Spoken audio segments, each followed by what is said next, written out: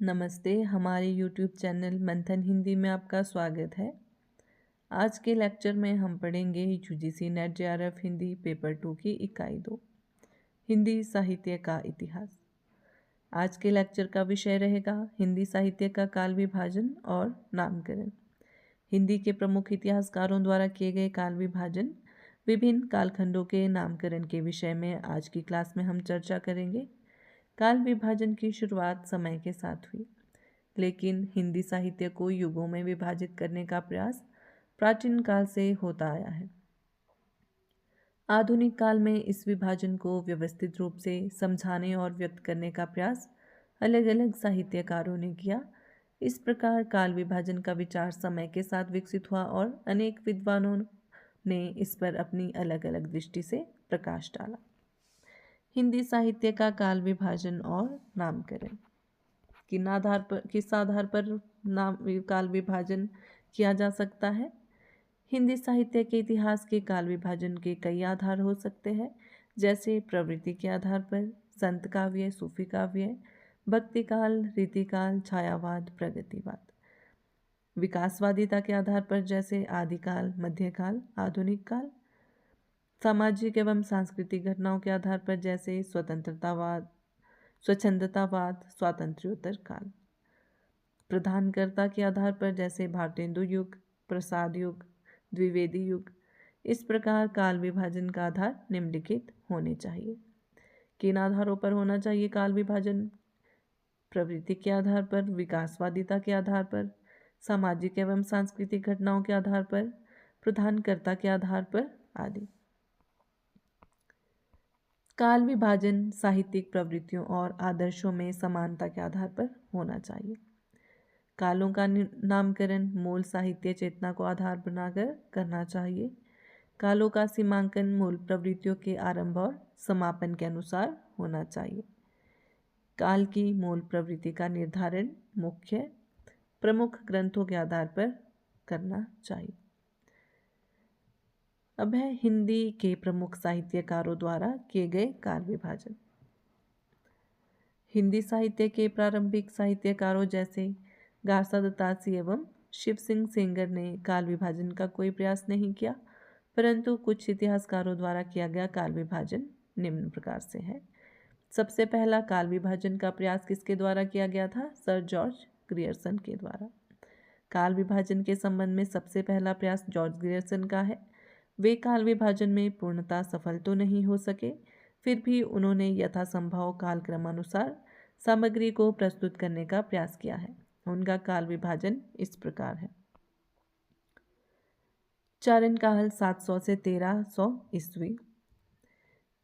15वीं शताब्दी का धार्मिक पुनर्जागरण, जायसी की प्रेम कविता, ब्रज का कृष्ण संप्रदाय, मुगल दरबार, तुलसीदास, रीति काव्य, तुलसी के अन्य परवर्ती, 18वीं शताब्दी, कंपनी के शासन में हिंदुस्तान, महारानी विक्टोरिया के शासन में हिंदुस्तान। इस प्रकार जॉर्ज ग्रियर्सन द्वारा किया गया यह विभाजन वैज्ञानिक नहीं है, क्योंकि चारण काल के पश्चात वे 15वीं शताब्दी में पहुंच गए। 14वीं शताब्दी का उल्लेख ही नहीं है। कालों का नामकरण भी सर्वत्र किसी एक आधार पर नहीं हुआ है। अब है मिश्र बंधुओं का काल विभाजन। मिश्र बंधुओं ने अपनी पुस्तक मिश्र बंधु विनोद 1913 में काल विभाजन का एक नया प्रयास किया, जो ग्रियर्सन के काल विभाजन से ज़्यादा विकसित है। उनका विभाजन इस प्रकार है। प्रारंभिक काल, पूर्वारंभिक काल 700 से 1343 विक्रमी।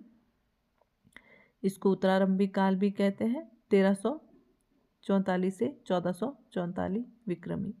जो मिश्र बंधुओं का काल विभाजन है वो किस प्रकार किया उन्होंने? प्रारंभिक काल, माध्यमिक काल, अलंकृत काल, परिवर्तन काल और वर्तमान काल। प्रारंभिक काल के अंतर्गत उन्होंने पूर्वारंभिक काल और उत्तरारंभिक काल रखा है। पूर्वारंभिक काल का समय है 700 से 1343 विक्रमी और उत्तरारंभिक काल का है 1344 से 1444 विक्रमी। माध्यमिक काल, पूर्व माध्यमिक काल 1445 से 1560, प्रौढ़ माध्यमिक काल 1561 से 1680 विक्रमी। अलंकृत काल, पूर्वालंकृत काल 1681 से 1790 विक्रमी। उत्तरालंकृत काल 1791 से 1889 विक्रमी। परिवर्तन काल का समय है 1890 से 1924 विक्रमी। वर्तमान काल 1926 विक्रमी से अब तक। मिश्र बंधों का यह विभाजन सम्यक व स्पष्ट है, परंतु तथ्यों की दृष्टि से इसमें अनेक असंगतियां विद्यमान हैं। ये असंगतियां इस प्रकार हैं। कालखंडों के नामकरण में विभिन्न पद्धतियां अपनाई गई है। ग्रियर्सन की भांति 700 से 1300 ईस्वी तक के युग को हिंदी साहित्य के साथ संबंध कर दिया, जो कि अपभ्रंश का युग है। परिवर्तन काल अनावश्यक है। अलंकार काल आंतरिक प्रवृत्ति पर आधारित है। काल विभाजन का कोई स्पष्ट आधार भी नहीं दिखता है। ये था मिश्र बंधुओं का काल विभाजन। अब है आचार्य रामचंद्र शुक्ल का काल विभाजन। आचार्य रामचंद्र शुक्ल ने हिंदी साहित्य के इतिहास 1929 ईस्वी में काल विभाजन इस प्रकार किया है। आदिकाल या वीरगाथा काल। आदिकाल को क्या कहा है आचार्य रामचंद्र शुक्ल ने? वीरगाथा काल कहा है, और इसका समय है संवत 1050 से 1375। पूर्व मध्य काल को क्या कहा है? भक्ति काल, संवत 1375 से 1700। उत्तर मध्य काल को कहा है रीतिकाल, संवत 1700 से 1900। आधुनिक काल को क्या कहा है? गद्य काल, संवत 1900 से 1984। अब है डॉक्टर राम कुमार वर्मा का काल विभाजन। आचार्य रामचंद्र शुक्ल के काल विभाजन की त्रुटियों को संशोधित कर नया रूप देने में डॉक्टर राम कुमार वर्मा का नाम उल्लेखनीय है। डॉक्टर वर्मा जी का काल विभाजन इस प्रकार है। उन्होंने क्या कहा है? आदिकाल को क्या कहा है राम कुमार वर्मा ने? संधि काल। इसका समय है 750 से 1000 विक्रमी। फिर उसके बाद है चारण काल 1000 विक्रमी से 1375 विक्रमी। फिर है भक्ति काल 1375 से 1700 विक्रमी। रीतिकाल 1700 से 1900 विक्रमी। आधुनिक काल 1900 विक्रमी से अब तक। डॉक्टर वर्मा जी का काल विभाजन केवल वीरगाथा काल को छोड़कर शुक्ल जी के काल विभाजन से साम्यता रखता है। एक विशेषता संधि काल की है, जो वस्तुतः गुण वृद्धि का द्योतक कम परंतु दोष वृद्धि का द्योतक अधिक है। हिंदी साहित्य का प्रारंभ 7वीं-8वीं शताब्दी से मानना भ्रामक है, क्योंकि वह काल अपभ्रंश काल रहा है। अतः वर्मा जी का काल विभाजन शुक्ल जी के काल विभाजन का परिष्कृत रूप नहीं है, परंतु फिर भी उनका प्रयास सराहनीय है। डॉक्टर राम गणपति चंद्र गुप्त का काल विभाजन। गुप्त जी ने अपनी पुस्तक हिंदी साहित्य का वैज्ञानिक इतिहास में निम्नलिखित काल विभाजन किया है। प्रारंभिक काल या आदिकाल 1184 से 1350 ईस्वी। मध्य काल या पूर्व मध्य काल 1350 से 1600 ईस्वी। मध्यकाल उत्तर मध्यकाल 1600 से 1857 ईस्वी। आधुनिक काल 1857 से अब तक। गणपति चंद्र गुप्त ने काल विभाजन किस प्रकार से किया है? प्रारंभिक काल को आदिकाल कहा है, मध्यकाल को मध्यकाल, मध्यकाल उत्तर मध्यकाल, आधुनिक काल 1857 से अब तक। डॉक्टर गणपति चंद्र गुप्त जी ने शुक्ल जी के काल विभाजन को स्वीकार न करते हुए हिंदी साहित्य के इतिहास को 3 खंडों में विभाजित किया। प्रारंभिक काल, मध्यकाल और आधुनिक काल।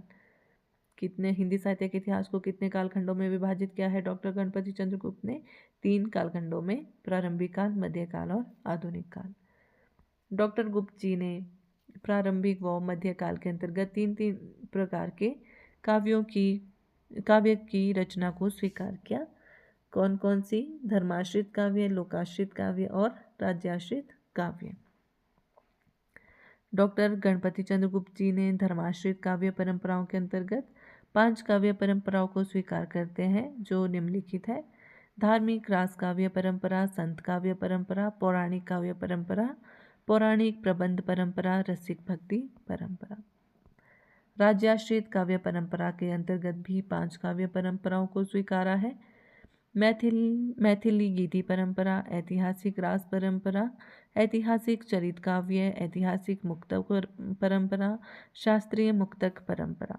लोकाश्रित काव्य के अंतर्गत केवल 2 परंपराएं हैं, जो निम्न है: रोमांस काव्य परंपरा और स्वच्छंद प्रेम काव्य परंपरा। विभिन्न कालखंडों के नामकरण। साहित्य इतिहासकारों द्वारा विभिन्न कालों के लिए सुझाए गए नाम निम्नलिखित है। आदिकाल, वीरगाथा काल, आचार्य रामचंद्र शुक्ल ने कहा है। आदिकाल को हजारी प्रसाद द्विवेदी ने कहा है।